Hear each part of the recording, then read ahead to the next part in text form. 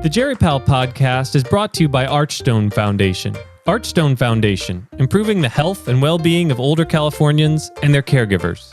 And supported by listeners like you, many of whom have donated on the Jerry Powell fundraising site, which you can find at www.jerrypowell.org, big blue button, or through reviews, stars on your favorite podcasting app. Big thank you. Welcome to the Jerry Powell podcast. This is Eric Widera. This is Alex Smith. And Alex, who do we have with us today? We are delighted to welcome a friend, a colleague, a ePrognosis key team player. Mara Schonberg is Associate Professor of Medicine at Beth Israel Deaconess Medical Center and Harvard Medical School. Welcome to the Jerry Powell podcast, Mara. Thank you so much. Glad to be here. We're going to be talking about discussing cancer screening with older adults and also discussing prognosis with Mara Schonberg. But before Mara, we get into that topic, do you have a song request for Alex? I do. Closer to Fine by the Indigo Girls. Can you tell me why? So Alex had asked me what's my favorite song, and that one came to my mind first, but I actually think it's pretty good fit for this. I first heard it in college, and it's just invigorating, and we, sang it. So it always has a warmth and fun for me. But some of the lyrics, it's really about finding your own truth, and something like, the less I seek my source for some definitive, the closer I am to find. So some of my research isn't like, this is exactly what you should do and not do this. It's more about finding the right choice for you based on your preferences and values. And so all of my work has really been trying to help patients understand, what matters to them, or make decisions based on what is likely the realistic outcomes of a decision, and try to explain it to them in a way that they can understand so that they can make the best choice for them. So hopefully we all get closer to fine. Love it. Wonderful. Let's hear it, Alex.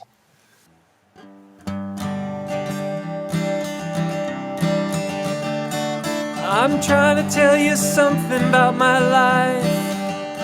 Maybe give me insight between black and white.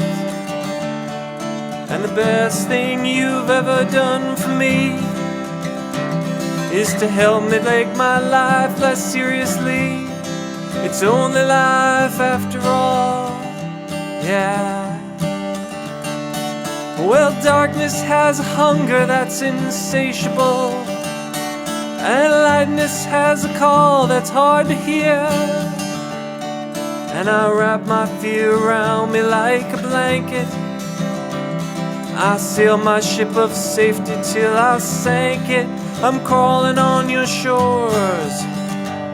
And I went to the doctor, I went to the mountains, I looked to the children, I drank from the fountains. There's more than one answer to these questions, pointing me in a crooked line. And unless I seek my source for some definitive, closer I am to find, yeah. Closer I am to find, yeah. I'm pretty sure Alex could have played that whole song multiple times. It was so good. Easily. I think that was like the second or third song that I learned in high school when I started playing guitar. Thank you for that, Mara. You started guitar in high school? Yeah, I started late. It was probably like between 8th grade and high school. I started playing. It may have just been my first year in high school. I wish I'd started earlier like my kids. Mara, do you play any musical instruments? I do not. I like art, but I did piano for like a few years as a child, but no, not my strength. But I love art. That's probably my, drawing, painting, and more crafting now. Drawing and painting requires too much of my attention, and my work requires too much of my attention. So crafting doesn't require the same. What's level. your last crafting project you did? Well, so because I've always wanted to learn to sew with a sewing machine, and I never had. And so, the pandemic allowed me 2 years of time to actually like learn how to do it. So now I can sew with a sewing machine and making bags. And I have not made an outfit yet. I made a skirt for my daughter that, of course, she doesn't like, but, but that's my new. Well, this is not about crafting, although that would be a good podcast right there. This is about cancer screening in older adults. As a geriatrician and as a researcher, you could have chosen any subject to dive down into, and you've been really leading this, I think, this field. How did you get interested in this? Yeah, definitely. So my mother's a social worker and she did domestic violence counseling forever. And so I was very much reared as someone with a women's health perspective and such. So when I got to residency and, we were at that point, I was in residency 1999 to 2002, and we were being taught to like screen everyone no matter what. And I would have elderly women in my residency panel who I would be like, and I was a math major, and mathematically, it makes no sense to screen someone for something that is not going to affect them for years. And the whole point of screening is to find something early that's slow enough growing that you can make enough difference if you treat them early. But it made no sense to me that we were screening. Yet, if I tried to have this conversation with my preceptors, it's like, no, check box, clean, screen. And so, then I think another, mentor type person, was like, well, why don't you read everything on mammography screening? And I did. And I was in shock that there was a trial or two that were negative, that mammography screening was not effective. And then there was this whole drama there was a lot of drama at that time about mammography screening throughout my entire residency, this even the 40s, whether we should screen them. And so there was a whole meta-analysis that felt like most of the randomized control trials of mammography screening were poorly done and were all biased. And basically, these researchers, and I think it's Denmark, did this meta-analysis of the two studies they thought were reasonable, like a Canadian trial and one in Sweden. And then they found no benefit overall in their meta-analysis. And they've been refuted that you can't take out 6 studies you don't like, that kind of thing. So the benefits have always been a little bit murky. So I felt like, as from a women's health perspective, it's not good women's health to tell people what to do if the data doesn't support it. And here, this issue that has been such an area of women's health and identity, get your mammogram and avoid breast cancer death. And, you're a better person. You're doing better with women's health if you get this mammogram. But as a analytical person and reading all the data, it didn't support that. So I feel like better women's health is trying to get women to understand what are the pros and cons and make a decision that makes sense to them. And I think that's probably for every age, but I came to fellowship at Harvard right after my residency at University of Chicago. And, I was told that it's very political. You can't start questioning mammography screening, as I'd already kind of learned from the politics that were going on at that time. So maybe the oldest age group. And I actually at that point wanted to study 75 plus, but at that time I was encouraged to just look at 80 plus, that would be palatable to the community, that I could look at whether we were over screening those 80 and older. So that's how it got started. And what do we know about, I guess, the benefits of mammography screening in older adults, all older adults? Yeah, the foundation of the data come from these 8 randomized control trials that, one was in the 60s in New York and the other ones were done in Europe, and a big study in Canada. And again, overall, and many, many years of meta-analyses and looking at these trials, I would say on average, the benefit is about 20% reduction, but most of the benefit is for women in their 60s if they do it. They get the most breast cancer, and the most slow growing breast cancer. So you can find it early enough to make a difference.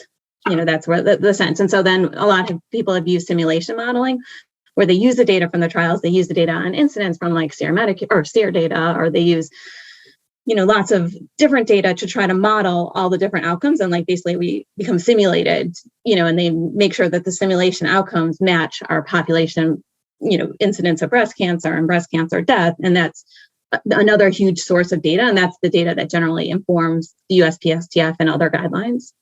Do we have any data in the plus 75 as far as randomized controlled trials for mammography? No. So there's so none of the randomized controlled trials included women age 75 and older. One, maybe sort of half of enough, included women 70 to 74.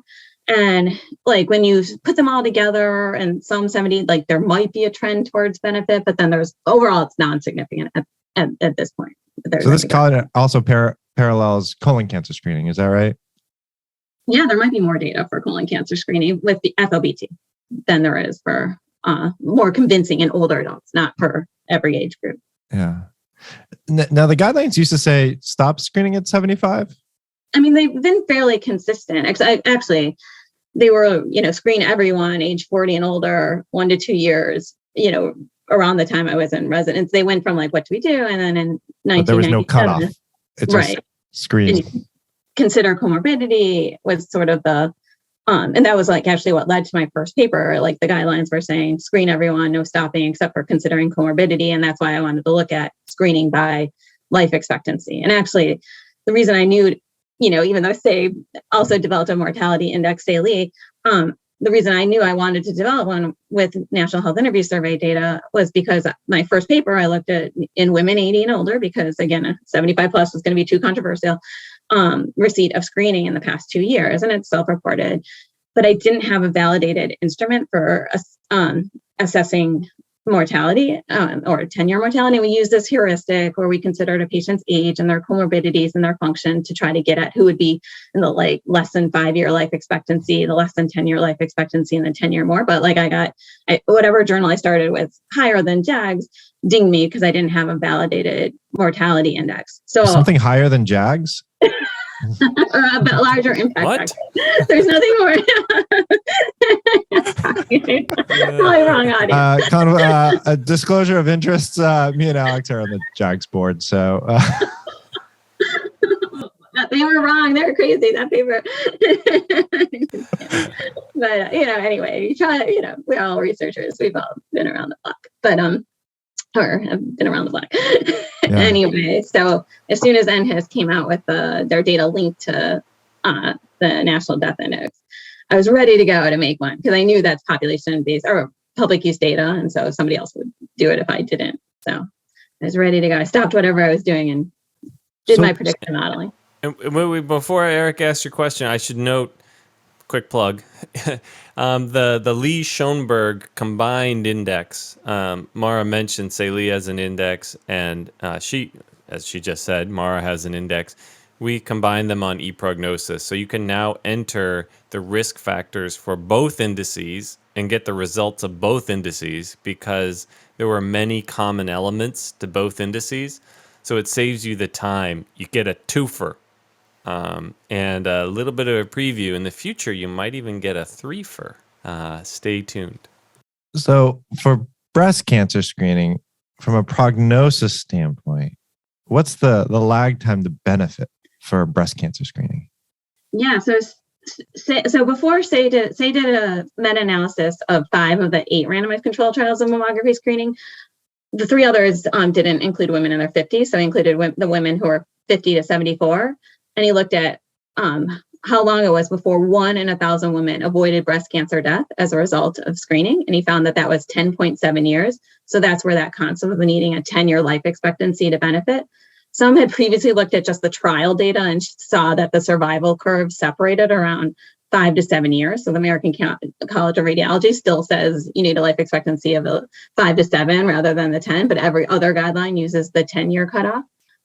So 10 years to prevent 1 death from breast cancer. Screening so the benefits. That's the lag time to benefit. Do you think most patients know that? No. And then, so the question is, why not do it? What's the harm of doing breast cancer screening?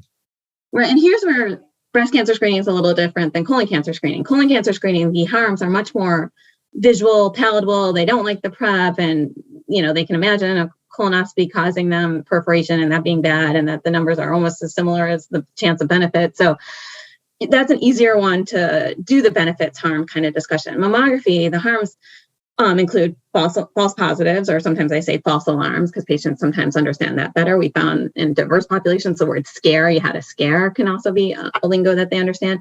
But, and then it's quite high. If you're screened every year for 10 years, it's like close to 50%, even in the oldest women will have a false alarm. And even close to what percent? close. It's like 47% will have a false Wow. alarm So screen half every year for 10 will years. have a scare. Yeah. And they might not, like, that might be it. They might just need another repeat mammogram. Yeah. And in meta-analyses, like whether, like most women will say, I'm willing to get screened even if I have a scare or a false alarm. That doesn't bother me so much. It doesn't like increase depression or overall anxiety. It might increase, a little bit of breast anxiety, but then most people are more dedicated to mammography after. So the real harm for breast cancer screening is really this concept of overdiagnosis, which is really challenging to understand both to clinicians and to patients. So like overdiagnosis is, you have Maria, she in scenario A, she has a mammogram, her breast cancer is found, and then it's treated and such, and she lives to 85 and dies of heart disease. In scenario B, Maria has her breast cancer. She never goes for screening. It's never found. And she dies at 85 of heart disease. And so for Maria, her breast cancer was overdiagnosed. It wouldn't have ever caused her problems in her lifetime. But it's really hard knowing if the patient in front of you has an overdiagnosed breast cancer.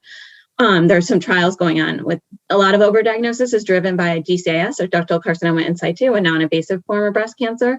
So there's more and more work on, can we not treat those? And that's not out yet in terms of what we should do. So like prostate cancer, at least we have some of the watchful waiting and reduces some of the harms of screening if you know that there's a group that you don't treat.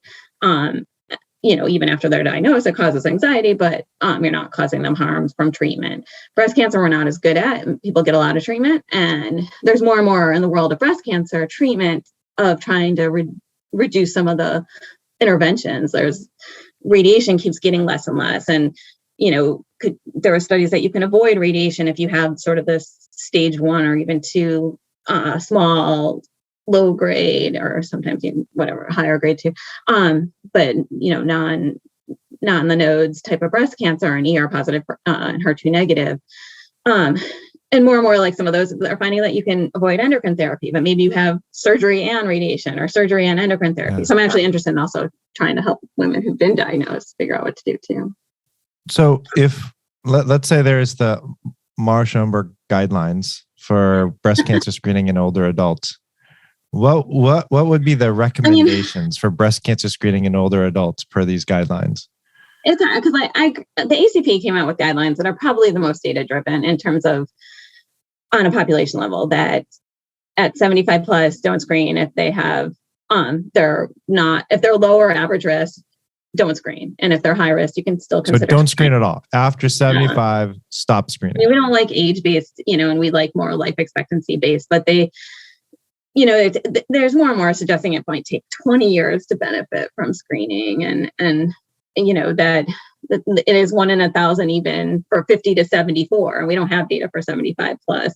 Yeah. So I would say if you're trying to make easy guidelines, it probably is reasonable to stop screening most women at 75 and not see much. What if they're playing golf, tennis every day, highly functional? You think that they have more than 10 years to live? Yeah, that's where it gets into preference driven. And I've done again, like my whole women's health. I know the data, and based on the data, I think that's the ACP's guidelines where they say don't screen anyone with less than 10-year life expectancy, regardless of age, or 75 plus who are at lower average risk. I think they're reasonable. At the same time, it's also reasonable for someone who is in such good health and who feels that small chance of benefit, very, very small chance of benefit, is worth it to them. Then I'm comfortable with that decision.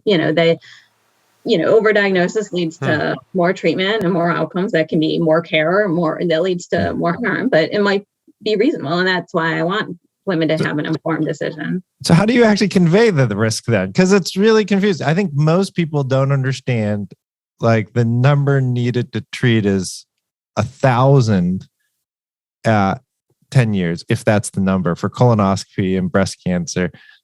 How do you have that discussion? How do you talk about the risks and the benefits, even when there's a lot of controversy what those are? No, great. So, we have done a few qualitative studies where we've worked with a bunch of primary care clinicians, geriatricians included, and adults 76 and older to try to get language to have these kind of conversations.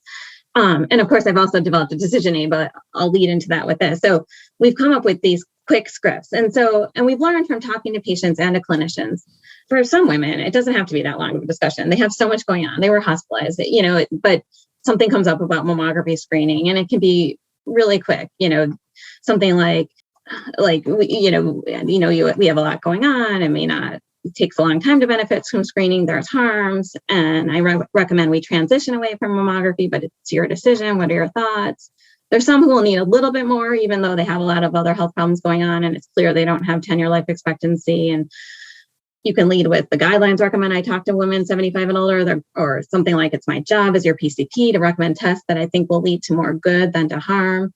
And then explain that there's a delay in benefiting from mammography. We think it takes about 10 years before you have a very small chance of benefiting. Meanwhile, there's risks to the procedure. Some women are diagnosed with breast cancers that otherwise wouldn't have caused them harm, and treatment can be hard. What are your thoughts? And some who are more like, better health, who don't have all these health problems going on. And it's clear that it is more of a shared decision. I would, have it's important to weigh what we know about the benefits and harms of screening and make a decision about what to do together. There is a delay in benefiting, and we think that on average it takes 10 years before 1 in 1,000 women. Meanwhile, there's harms to screening.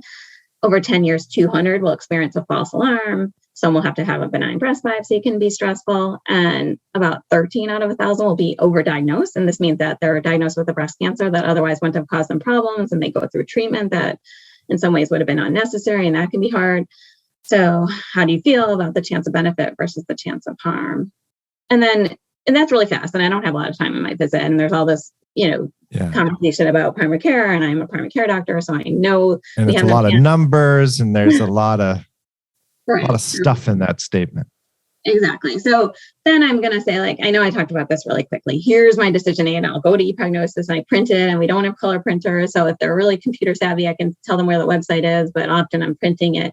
And why don't you read this and let me know what you think? And they can do it. They read it and they get it. And, one woman was recently was like, oh, my sister had breast cancer when she was 80. I think I want to get screened. And then the next year she was like, no, I'm stopping. There was this idea that you need to sort of wean or prime them, and maybe conversations before 75, that around 75, we're going to start thinking about whether to stop. As a good clinician, I want to share with them what I think. I had another patient who found it on the New York Times and said her score was 3. So she knew she was in good health and she wanted to get screened. I'm like, okay.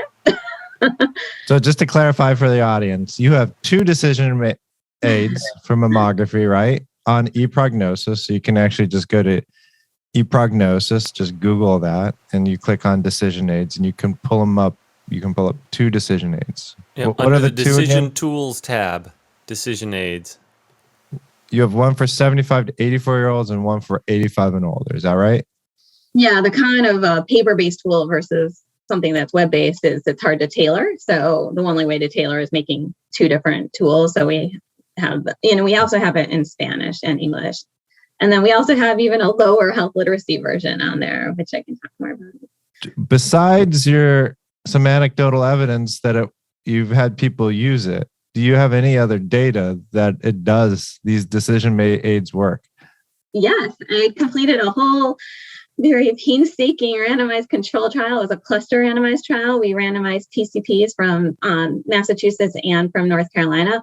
We wanted it to be multi-site. It was my first R01, so I didn't want to be too crazy, but we wanted to go somewhere that was very different than Massachusetts to get a sense of how this decision aid would work in different populations. And so we recruited 546 women.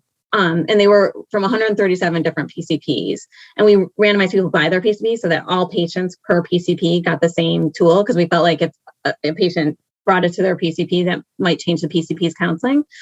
And we gave them the tool before a visit, and my RA sat there and made sure they read it. They didn't read it to them, but they just was like, okay, like someone's watching you, so you're going to read it. Our goal was not how to get it to them. It was, if they got it, would it work? And so then they saw their PCP. They didn't have to talk about mammography screening. We did email PCPs that they would be coming in early for the study. We sent PCPs a copy of the educational tool they would receive. The control arm received a home safety pamphlet. It's 2 pages. It was very easy to read. And then immediately after the visit, or within a couple of days, depending on what they were doing right after the visit, we interviewed them, and then we followed them by their charts for 18 months to see whether or not they were screened. And 18 months was at least 2 years since their last mammogram, because in order to participate, you could not have been screened for 6 months, but you had to be screened in the past 2 years. So we wanted these people who were in the cycle of being screened. And we found that the decision aid did lead to reduction in screening at a 9%. It was a significant result from about 51% in the control, in the decision aid arm were screened and 60% in the control arm. But there was actually geographical variation, although it didn't quite make statistical significance in the interaction effect. But basically in Boston, where we are very excited about screening, there was about 72% of women in the control arm screened and follow-up versus 59% in the decision aid arm. In North Carolina, where screening after age 75 is much less common, only 2% of women in the control arm were screened and 2% more in the decision aid arm were screened. So like maybe some of these women who were in good health were like, oh, I haven't had a mammogram in a while, I'm going to get screened. But it didn't ultimately increase it that much. So overall, there was a significant reduction. And that was our overall aim, because we felt that everything women have always read about mammography before that was, get a mammogram, it's good for you. You're a good woman, you'll get a mammogram. Mm-hmm. And here was like more, this is what we know about the pros and cons and what do you want to do? And so we did learn in that study that even, here we were trying to take the burden off primary care doctors. And, I don't have time to have these long involved conversations, especially there's only one screening test. There's lots of screening tests. And so we were hoping that a patient could read it before a visit and then be primed for the visit and have a discussion. And a lot of studies show that decision aids work well that way, and that moves the discussion during the visit from information passing to values discussion. So, and it probably did all that, but it's still, our tool wasn't designed to support PCPs. And so what we're doing, we have an R01 now that we're using output from CISNET, those simulation modelers, so that we can individualize outcomes for women 75 and older based on their risk and their health. And then we're going to have like really quick, easy visuals to show you your chance of dying with and without screening, your chance of breast cancer with and without screening, and your chance of dying in general. And, PCP might just use the chance of dying from breast cancer. It's going to be very flexible. And so I'm excited to see how that one works. But it's designed for PCPs to use with patients during a visit, but we're working on it. Now, I remember a study by Nancy Schonberg where she talked about how to have these discussions about prognosis and screening tests. And what I remember from that was that we did a podcast with her, right, Alex? We did, yep. Was the line that patients don't like to hear that they're not going to live long enough to benefit from a screening test. I made that mistake when I was doing primary care in Boston, telling an older woman, I said, you graduated from this. You don't need to keep screening for breast cancer. We can stop the mammography. And she said, why? And I said, well, you're probably not going to live long enough to benefit.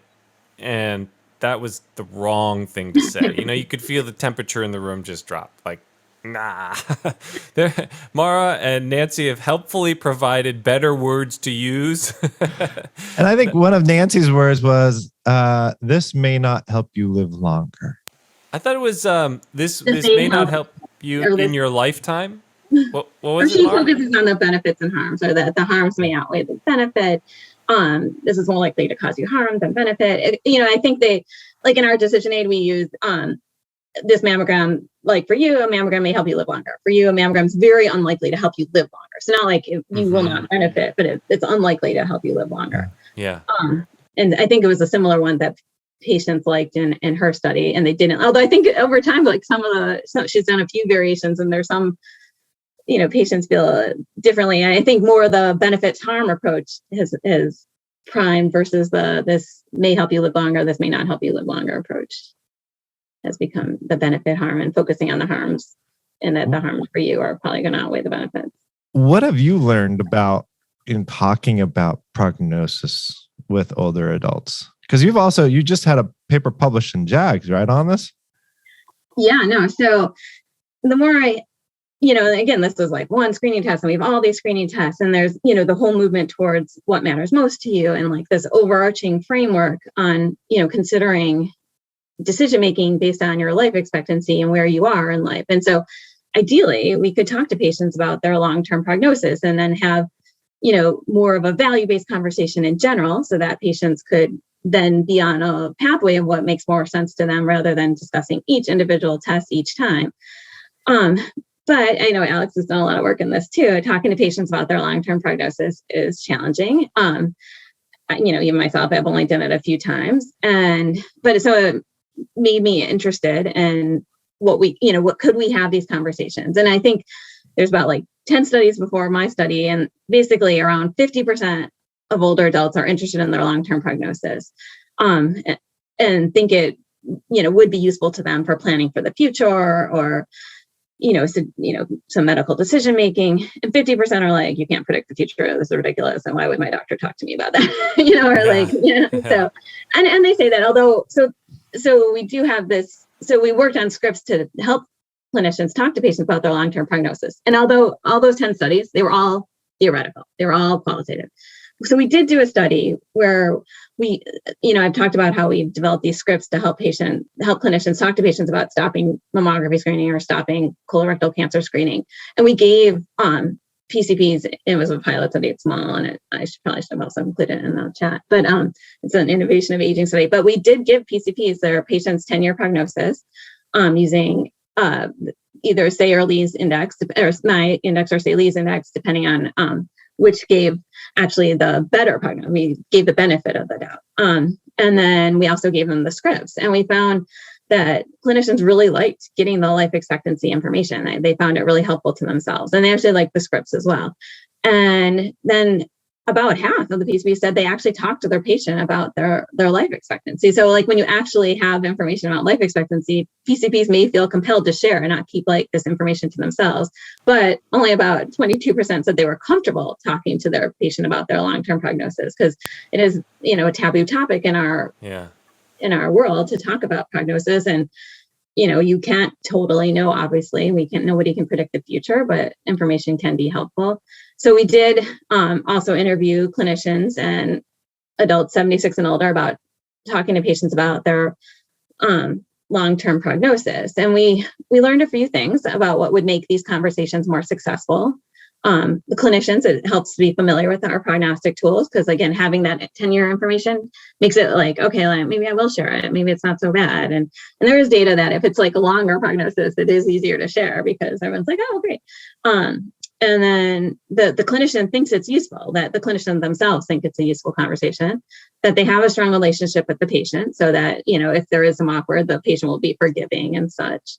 That they feel confident discussing long-term prognosis. Granted, it's like riding a bike. The more you do it, the get better. So you obviously have to start having a little bit of confidence and then get better. But I think some role playing and training can develop the baseline self-efficacy. And then patients, for what makes it better on the patient side is that they're interested in this information. And patients will sometimes say, like, I'm not going to live that long, or there's things that come up that give you a sense that they're thinking about their own prognosis. And in our study, 80% or something like that were thinking about their own prognosis. So these are on topic. This is a topic that older adults are thinking about and probably thinking about often, that they're interested in this information for planning. And again, that the patient feels that they have a strong relationship with the PCP can obviously help these conversations.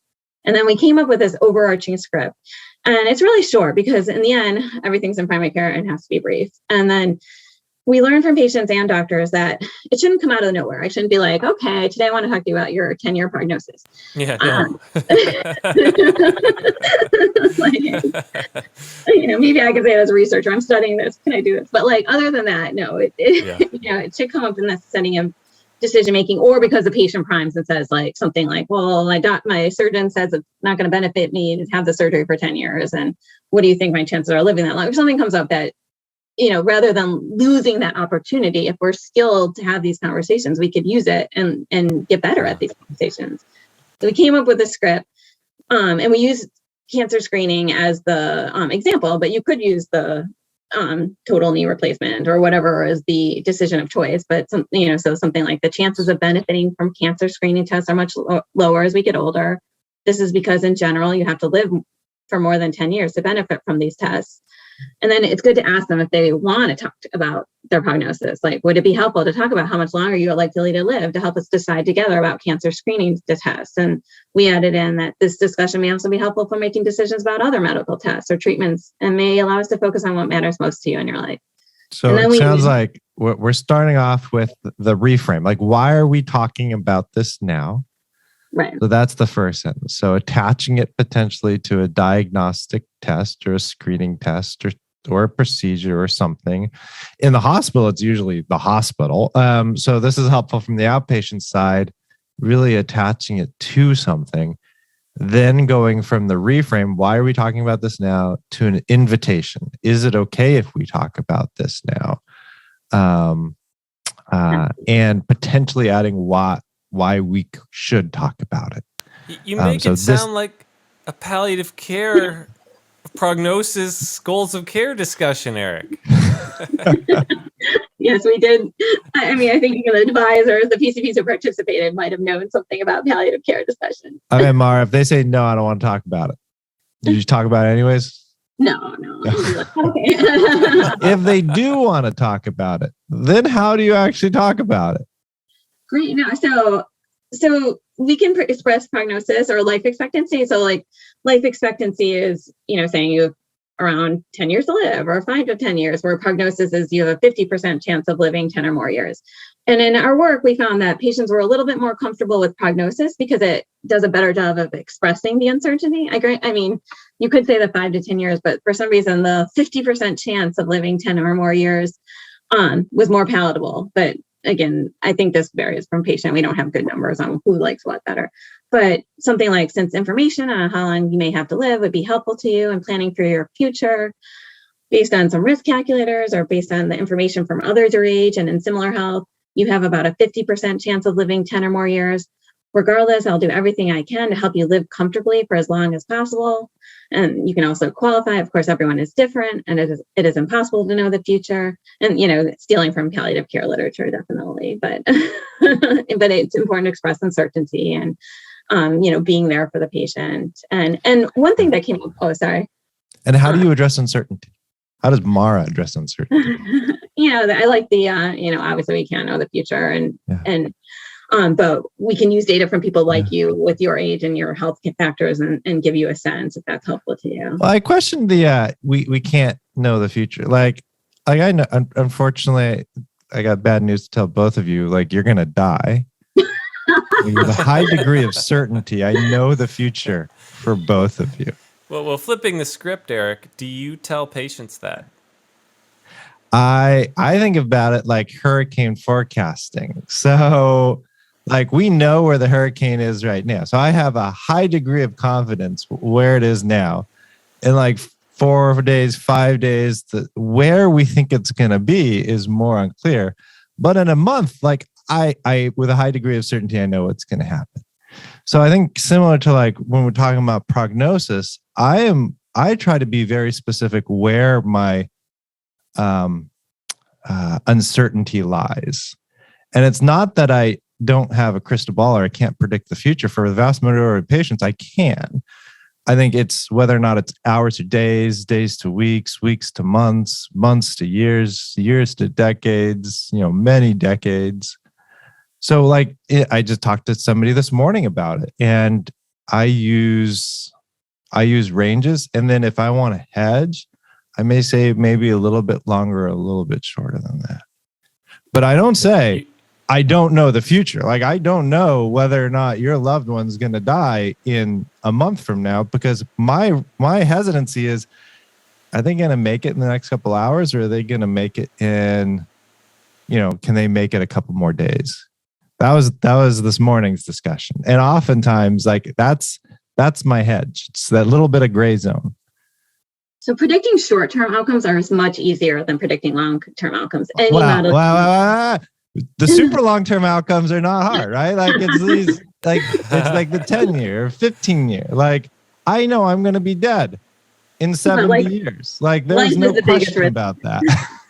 I mean, you can argue life is the biggest risk factor for death. Like, of course, you live, but if you're using other risk factors, they tend to do a better job if you're collecting data now and predicting a short-term outcome. So the further you get out, the harder it is to predict. So I think just on time, more stuff can happen than you included in your prediction model or, in the data that we're using. So I think, so there is some prediction it's harder to predict, even weather. They only predict for like you look at it the day before if you really want to know, and then like 10 days before it's poured up. So that gets harder. So I do think there has to be a better explanation. Yeah, it also matters, right? What we say is an accurate prediction. Like for a 90-year-old, like we have pretty good data around whether or not they're going to make it another 20 years. I think the question is always like, what is an accurate prediction?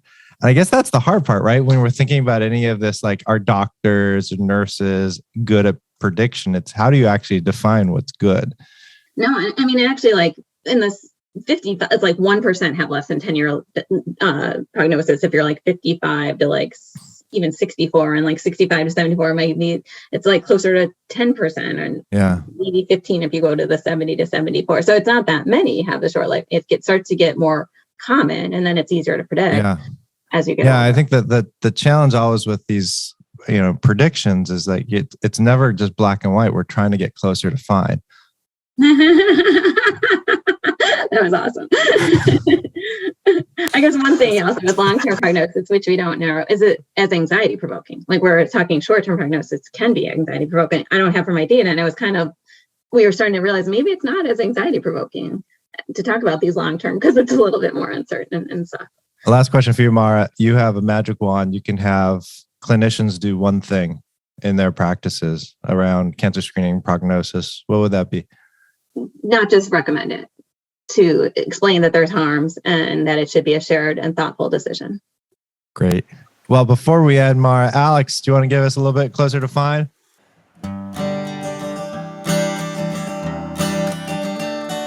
I went to see the doctor of philosophy with a poster of Rasputin and a beard down to his knees. He never did marry or see a B-grade movie. He graded my performance. He said he could see through me. I spent 4 years prostrate to the higher mind. Got my paper and I was free. And I went to the doctor. I went to the mountains. I looked to the children. I drank from the fountains. There's more than one answer to these questions, pointing me in a crooked line. Unless I seek my source for some definitive, closer I am to fine, yeah. Closer I am to fine, yeah. Mara, a very big thank you for joining on the Jerry Pal podcast. I think I was going to call it a Perry Pal podcast. That's new. What do we do on that one? How many different ways can we pronounce Jerry Pal? Big thank you, Mara. Thank you, guys.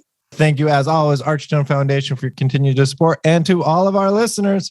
We'd also like to thank the generous support from our listeners who've donated $250 or more to the Jerry Pal podcast, including Meg Walhagen, Thomas Quinn, Rochelle Bernacki, Louise Aronson, James Tulsky, Arden O'Donnell, Mike Steinman, Marianne Forcia, Ashok Krishnaswamy, Nancy Lundeberg, Gail Cooney, David Schiffling, Cheryl Phillips, Jessica Ng, Harry Hahn, Elizabeth Chung, Kathy Foley, Rochelle Bernacki, Christine Ritchie, and Lloyd Woolstat. Thank you very much.